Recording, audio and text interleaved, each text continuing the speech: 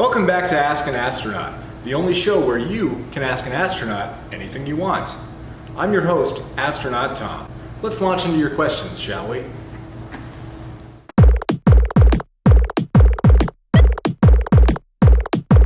Our first question comes from Penina of West Hartford, Connecticut. What is the difference between the general theory of relativity and the special theory of relativity?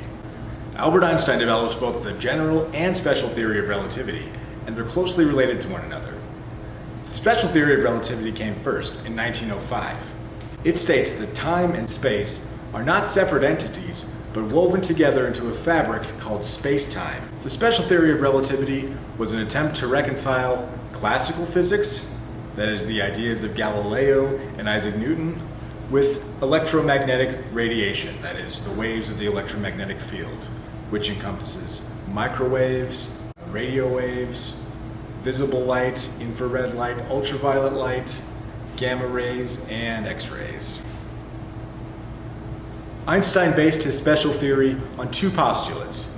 The laws of physics are invariant, or do not change, and the speed of light in a vacuum is the same for all observers, including vanilla ice, no matter what direction the light is traveling in.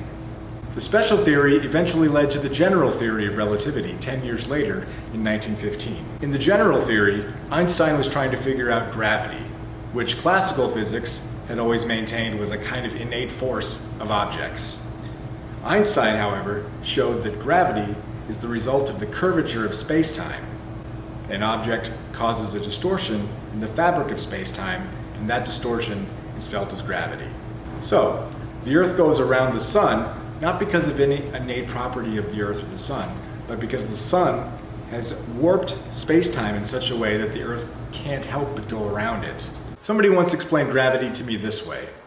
Imagine a waterbed. Place a bowling ball in that waterbed. What happens? The waterbed kind of dips down.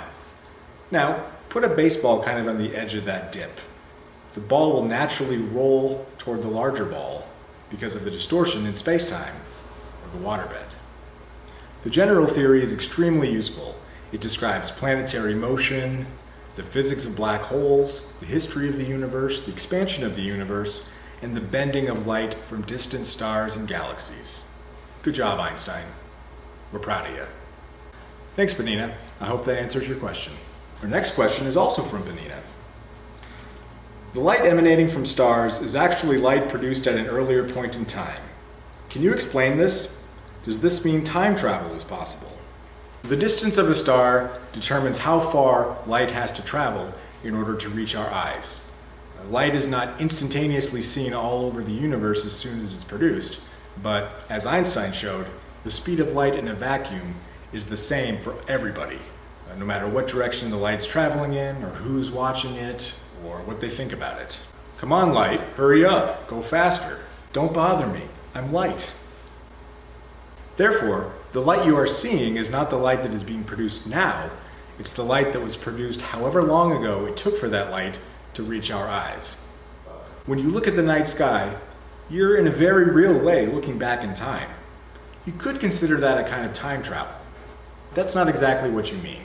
I think what you mean is the physical moving of your body forward or backward in space-time. Although there are potential time travel solutions that do not conflict with the general theory of relativity, they require physical conditions in the universe that probably just aren't there. Also, one would think that if time travel were possible, we would have been overrun by time tourists from the future. Since we've never met anybody that's traveled back in time, it's safe to say that time travel probably isn't possible. Or if it is possible, then it just hasn't been invented in the future yet. Okay, our next question comes yet again from Penina. Penina, you have to stop asking so many questions. Other people have questions. It's rude to take up so much time from an astronaut. I have things to do. Groceries. What is pi? Can I eat it? Pi, spelled Pi, is an irrational number that has many definitions, the most popular of which is that it's the ratio of the circumference of a circle to its diameter. As a number, pi is an abstract entity. You can't see it, touch it, taste it, feel it, or smell it. Therefore, you cannot eat it.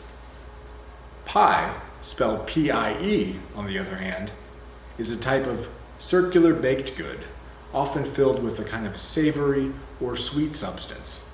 That kind of pie you can eat, and it's pretty good. Well, that does it for the question and answer section of Ask an Astronaut. Here at the AIM Institute, we're all about providing free access to technology as a way to encourage youth to pursue careers in tech. So, let's visit ground control at our Brain Exchange headquarters to check out a cool technology demo from our friend John Larson. Ground control? Can you fix this for us? Sure.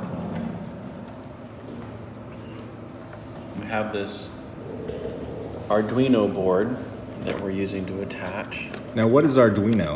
Arduino is a small prototyping microcontroller that you can do all your coding in. You can feed that into the system. So then this little platform we threw together to try to keep the blade sections on. And we have to clear some of the board components which are underneath. Very cool. So each one of the motors is connecting to those spots there. They're all numbered. And this is the Arduino board. You need a little micro USB to do some programming. And what programming language do you use? It's just the Arduino language. There's an IDE, Integrated Development Environment, that you can use. Now you press the arm button, and you're So ready to now fly. we're in blue. Let's put it on the floor and do it that way.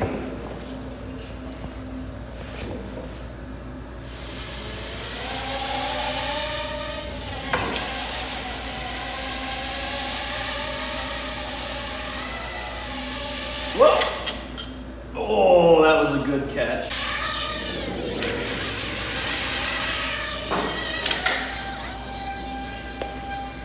Nice! Houston, we have a problem. Stop the test. Don't trust a shop teacher missing fingers. You could probably say the same thing about a drone pilot. Well, that does it for this week's episode of Ask an Astronaut. Don't forget to email your questions to therealastronauttom@gmail.com, and we'll get back to you in a future episode.